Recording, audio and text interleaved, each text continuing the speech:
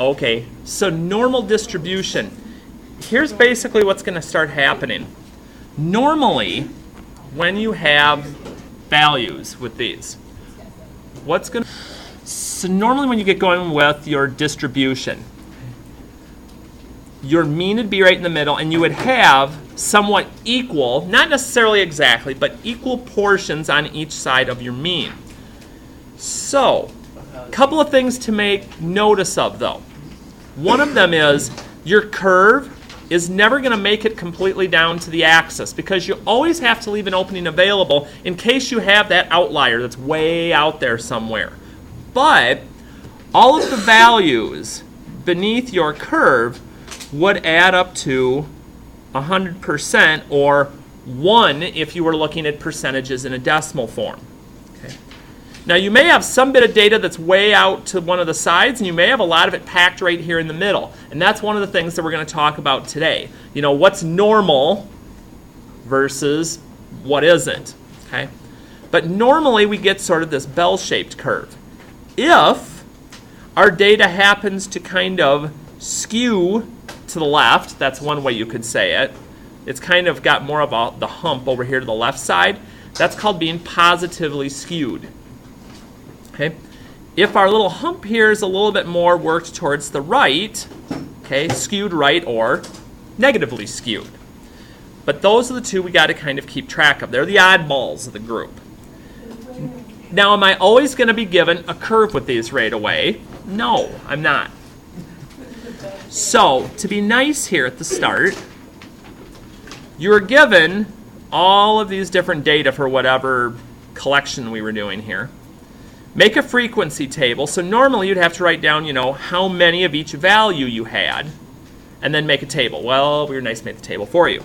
Now, I'm going to go ahead and color these in some different ways so it's a little easier to see the differences. And I'm not thinking it's just one big chart here.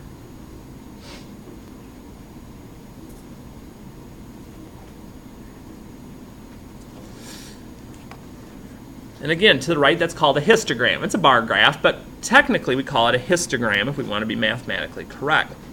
So, if I was looking at this trying to determine if this data was normal, positively or negatively skewed, one way I could do that is by kind of drawing a curve that goes over the top portion so I can visually look at it maybe a little bit better. What's this particular one look like? Normal. Looks pretty normal. It may be slightly off-center, but again, unless it really is definitively one way or the other, I'd probably call that normal. And so does the example here. Appears to be pretty normal. So let's actually do one for ourselves here. They're like, no. So let's see here. I'm just trying to see what different numbers I've got to work with. So I got 22, no 23s, so I got a 24, I see 25, I see 27, I see 29. I think those are the only 5. Oh, duh, and they're right here. Okay. So how many 22s do we have? 4. 5. I think there's 4. Let's see. 1, 2, 3, 4. Okay. What about 24s? 1, 2, 3, 4, 5. And just keep on a rolling. 25s. 1, 2, 3, 4 of those. 27s. 1, 2, 3. And 29s. We have a couple. So one way I can do this is by making my histogram Positively skewed. Oh, Ben's already going to break out with what we've got here. So let's see, 22, 24, 25, 27, 29. And again, you can have them directly connect to each other, or you can make it look like a bar graph. That's okay. But either way, we're going to sort of visualize our line just going over the very top edges of each of our bars. And then which one of the ones up above does it look like again? Positively skewed. Yeah, positively skewed. Or that also can be called, well, we better stick with one thing here. So positively skewed. Same thing down at the bottom.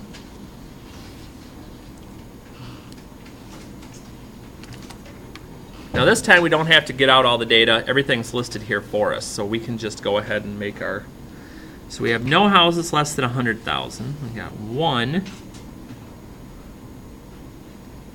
that's in that first range, and then 3, and 7, and 8. We're getting progressively bigger. It's the pricey neighborhood. 6. And then you're like, what the heck? There's no more numbers here. So now we'd have greater than 200,000, since that didn't get squeezed in here at the end.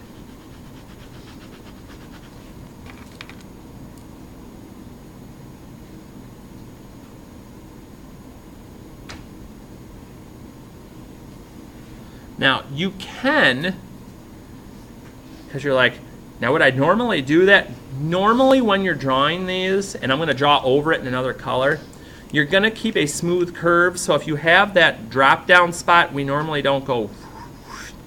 So normally it would just kind of be, okay, I'm trying to be as accurate as I can over the top of my graph. Is that skewed? Negatively skewed? It looks negatively skewed to me. So correct. You may have some where you're not necessarily going to touch every bar. You're sort of using these as your, how do I want to put this? It's sort of like if you're taking plastic wrap and putting it over something. If there's different levels to it, it's only going to touch those upper ones unless you're really pressing down on it. So we're sort of just going to sort of skim over the top on those, and we're trying to figure out the distribution of those. So, okay, the empirical rule, though, that sounds kind of all fancy. In a normal distribution, you're going to have all of these properties that are down below here. Okay? Your graph is going to have the greatest amount of information at the mean or at the average. Your center point is going to be where the hump is, otherwise known as a bell curve. The mean, median, and mode would all be somewhat the same. So if you calculated those, all three of those measurements for your set of data, they'd be close to being equal to each other. Now here's the part that gets interesting. About 68% of the values are within one standard deviation of the mean. Now we've been calculating standard deviation, and some of you may start looking at these and going, ooh, what's this? Okay, that's a way for us to symbolically say, okay, so this space in here, okay, this is one standard deviation going to each side. About 68% of our data is going to be in there. And just stick with me for this first part, because we're going to break this down in just a minute. About 95% of the values are within two standard deviations. So if I were to go from the +2 to the -2, I'd have about 95% of my data. So a lot of it's going to fall within those first two. But even if I have a third one, and this 99, we kind of simplified that just for simplicity purposes. Really, it's about 99.7, okay? Percent of the values are within these three deviations going all the way around. Now you're like, what does that mean to me? Okay, how can I simplify this or make this a little bit easier to work with? Here's the way I like to look at it, because I always like to break things down more. There's going to be parts of this where they're going to say, you know, if you go to this certain deviation, how much of your value is going to be after it. And this can get confusing when you're looking at it some. So here's what I like to do. And I'm actually going to make these little cards for you guys, I think, going into tomorrow. I just kind of forgot about it today. But I'll let you get a view of what I'm thinking here. So if I have, and some of you may write small enough, you may be able to put it in here. Okay, the mean breaks my curve in half. So then I go out 1 standard deviation on each side from that. Okay, so -1 and +1. If this portion right here is 68% of my data, about how much of it should be on each side of my mean? 34. Okay? And I'm just going to kind of give myself this general rule. Okay? So since there's 68 total in here, okay, each would have about 34. So then I expand it out a little bit. And I say, okay, this first group had 68%. Now this next group out has a total of 95. Now let's forget this is here for a minute. Okay, those 34s, you don't see them. If it was 95% here to here and the median cuts it in half, how much would I have for each side? 47.5. Okay, 47.5. It would be 95 divided by 2. But I've already used up 34 on this side.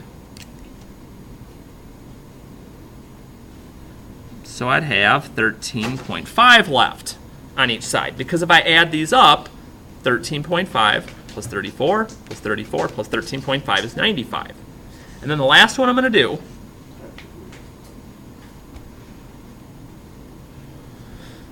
we said your third standard deviation 99%. covered 99%, which means there's what, 4 more percent to split up? Yeah. Split it up into 2 places, how much do I get in each? 3. 2. And the reason this is going to come in handy, and we're going to actually use this on a couple of the problems in a minute. So if, for instance, it told me to start from 1 deviation to the left or a negative, I could just add those numbers up instead of having to mentally force myself through all this. But like I said, I'm going to get one of these out to you guys tomorrow so you can kind of see that too and work with it a little bit. But we're going to work with them here in a minute. So I'm going to put that to the side for just a second here. So all right, let's actually do some work with this. So, example. We have the heights of players in a basketball league are normally distributed. That word's always important because we can't assume that otherwise. With a mean of 6 feet 1 inch, and a standard deviation of 2 inches. So you'll notice it keeps going up 2 inches each time to the right and down 2 inches each time to the left. So draw a normal curve, we did. Label the mean, we did. And the mean plus or minus multiples of the standard deviation. We did that as well. Okay, so those were done for us. So then, the value of 5 feet 9 inches, right here, is 2 standard deviations below the mean. Because this would be 1, this would be 2, this would be 3. So approximately 2.5% of the players will be shorter than 5'9", because if we pull this back up, Should be 2.5. Should be 2. no, because let's think about this for a minute. If we bring this back up, we said this covers 99%, right? Yeah. How much of a percentage haven't we talked about yet? 1, because there's 100% of the data, so you'd have that extra 0.5% outside of your 3 standard deviations.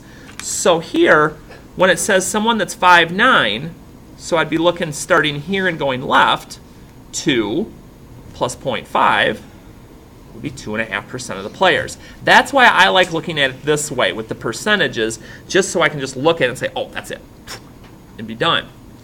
So if that's true, if there are 240 players in the league, how many are taller than 6'3"? Let's look at this. Okay.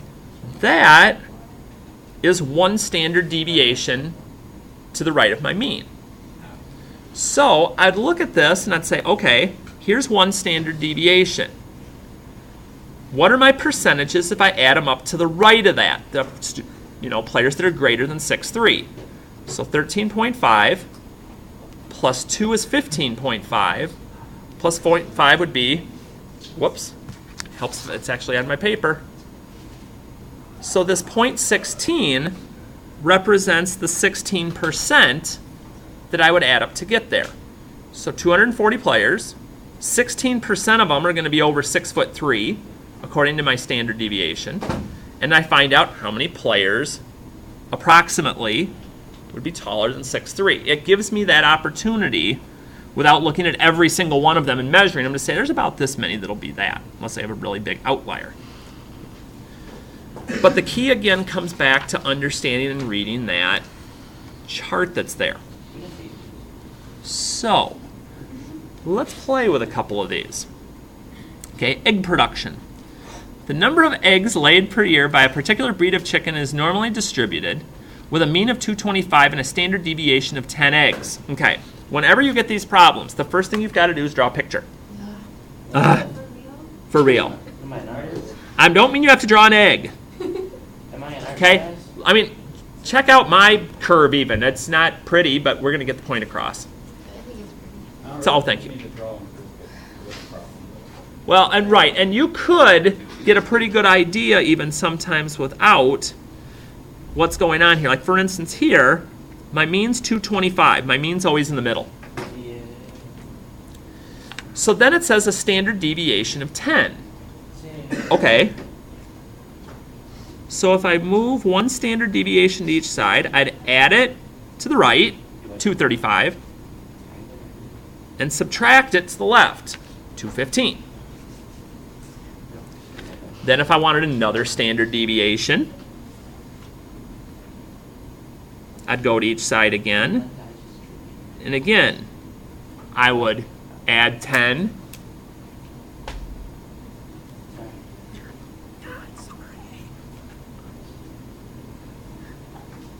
And then subtract 10 on the other side. And if I wanted to go to that third one, I could. And as may have even been mentioned earlier, on some of these, you may not have to draw the curve. You might even be able to just make yourself a little chart that kind of does the same thing. I'll do that on one of these as well.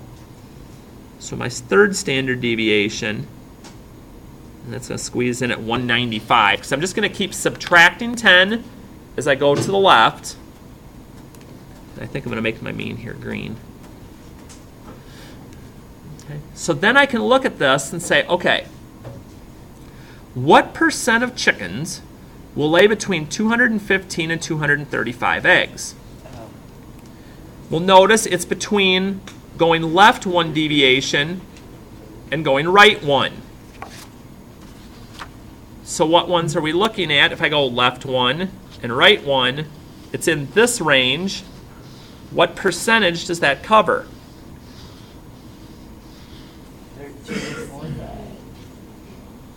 68, because it's just covering this part, because that's one standard deviation each direction. Okay? If looking at this, let's even look at the one you've got up here. Here's one standard deviation each way. So I'd be looking at this portion, trying to see what it covers, and we see right there it says 68. So in this case, 68% of our chickens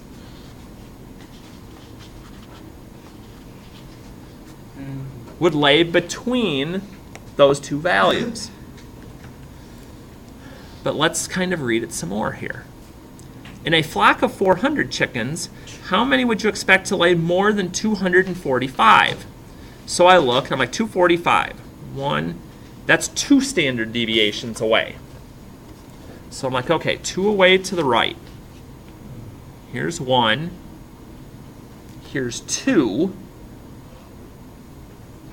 So let's see here. More than 245. So more would cover what percentage? 2.5, because I've got to remember the 0.5 that's out here that covers all the rest of it. So I'm like, okay, so I have 2.5%, but that's not what they're asking. In a flock of 400, how many would you expect to lay? Okay, so 400 times my 2.5 as a decimal.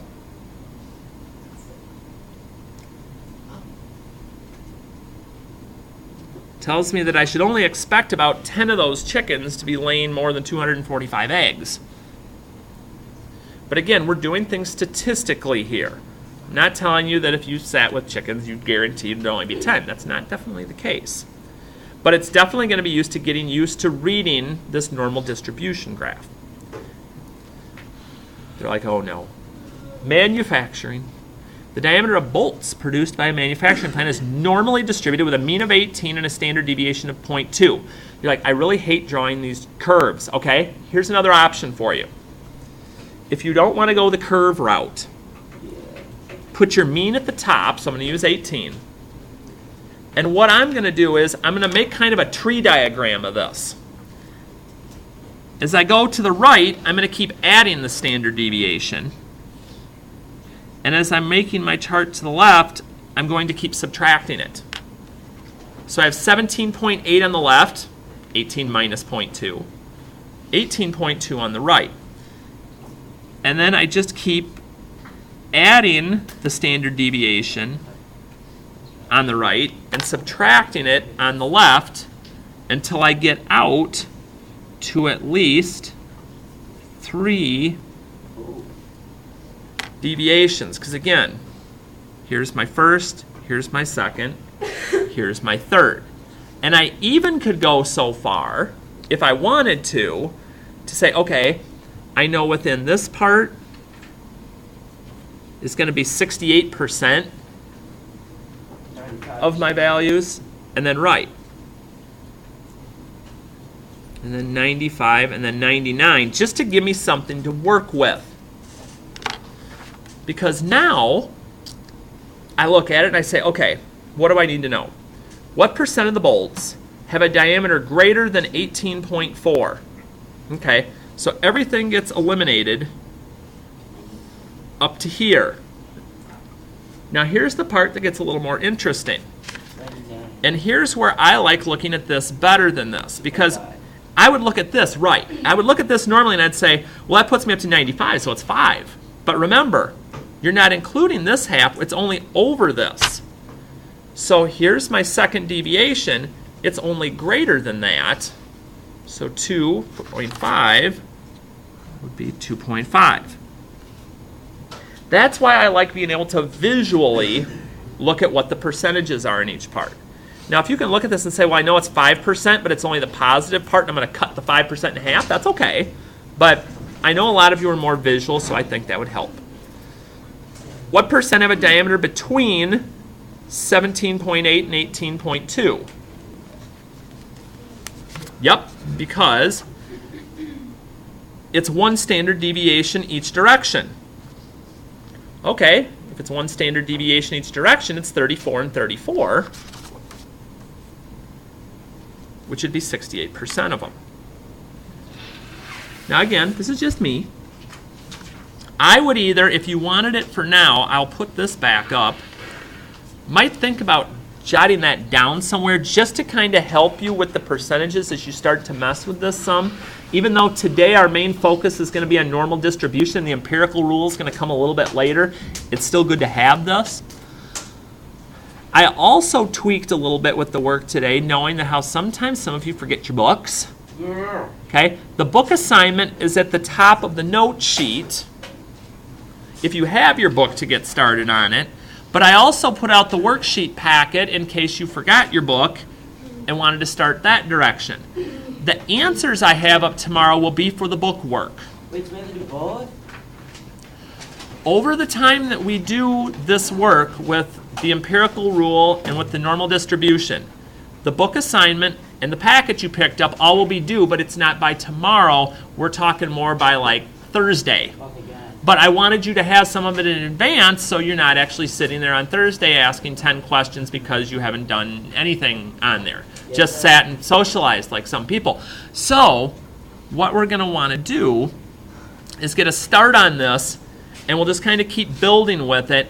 And I will say this, that one quiz option that I had put out there is going to be a reality.